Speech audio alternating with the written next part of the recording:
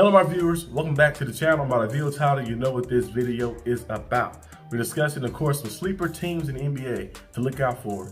You know, just going to playoffs and to watch out for, just like because they can make a deep playoff run probably. The first team we'll discuss, you probably seen from the thumbnail, is the Golden State Warriors. Ever since Jimmy Butler got there to the Warriors and been playing with the Warriors and got acclimated and started playing real good and getting chemistry built up, he's been playing good. He's averaged like 18 or 19 points per game, which might not be the most eye-popping thing. It's still pretty good, but not the most eye-popping thing. But the things he do around the court, the defense, you know, infecting passing lanes, the rebounding, the getting to the free throw line, making plays, and just going out there and dominating. Hey, he does a good job of all the little things around like that. That's what I mentioned many times before on this channel. I was saying that he kind of like a higher level Andre Iguodala for the Warriors. You know, Jimmy Butler's a future Hall of Famer. You know, he got 6 All-Stars, he got multiple time All-NBA, All-Defensive Team, been to the finals twice and stuff like that. You know, Jimmy Butler has a pretty good career, so he kind of plays at a level where he can do all the little things like that, little things for you. Things that add on the stat sheet like that. You see the steals, you see the blocks, you see the rebounds and the passing lanes, his plus minus will be high. Every little thing you want him to do like that. He'll be off ball, he'll be on the ball, he'll play make if he happens. Want him to play make, he'll do everything. And that right there is the Warriors are missing. Now they're the 6th seed right now. And I look at it like the Warriors could be a sleeper team. Of course, you know the top teams in the West. You look at the Thunder, you look at the Nuggets, you look at those top teams, the Lakers too as well. LeBron had the injury, the groin injury. But you know, the Lakers, they still got Luka Doncic, they got LeBron, and the playoffs are gonna be a nice little duo. We'll see how things work out.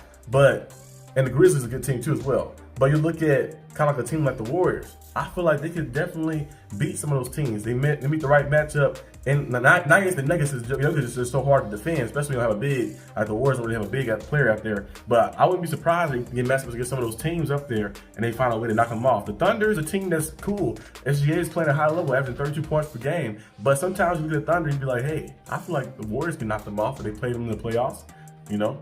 I feel like the Warriors can maybe knock off the Lakers if they play in the playoffs. You never know. Like that, the Warriors had a potential. I think the Lakers probably will win that series, but I won't be surprised if they push them the distance, of course. But it'd be interesting to see what happens. The Warriors, they do have a sleeper team that looks very dangerous. With Stephen Curry and Jimmy Butler in the playoffs, he can turn things on and go crazy. Draymond Green does the little things too as well to help you out as well. He hasn't been doing a lot of fighting and going crazy lately either. He's been keeping everything together. But they have some nice pieces. Kuminga and all those different individuals and stuff. The team is pretty nice. Kuminga, who will be returning from, I think he's coming back from injury, I think today. I think today against the Kings. So it's just something like they probably come back very soon. But in the playoffs, you know, he should be definitely ready to go in the playoffs. So you have Kuminga, you have Jimmy Butler, you have Stephen Curry, you have some pieces out there. I think, and that probably could definitely be a team to watch out for, look out for, and to see what happens. So hey, be on the lookout for them. The other team I like to see as a sleeper team is a team in the East. It's the Pistons. It might sound crazy, but it's the Pistons. They've been playing at a high level. They're a young team, a young core. They play very physical. You look at Durant, you look at, he averaged, he had double-double.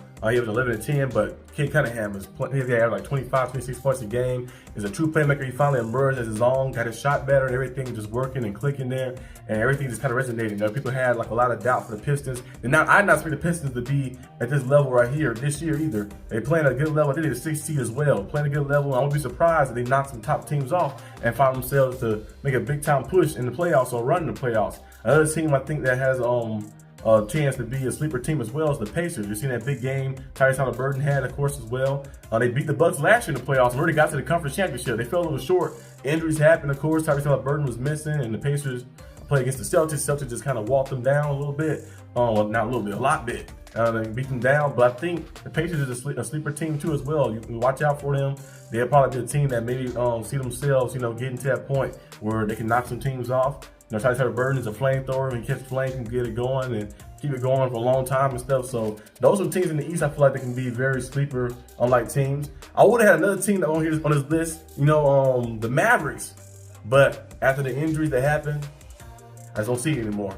Because Anthony Davis, Kyrie Irving, Klay Thompson, when they all healthy, sounds like a good team. But as you know, Kyrie Irving tore his ACL. Anthony Davis is still injured. And then Klay Thompson, we're going to see, he's by himself right now. So that would have been the only team, another team I would have added to the list. But that injury messed them up, man. I think that now that trade becoming very, very bad because especially going this season, like they missed the playoffs or something happened, or they lose many games, miss the playoffs, or something goes on or something, or they one and done. And especially Luka, Lakers can get all the way there.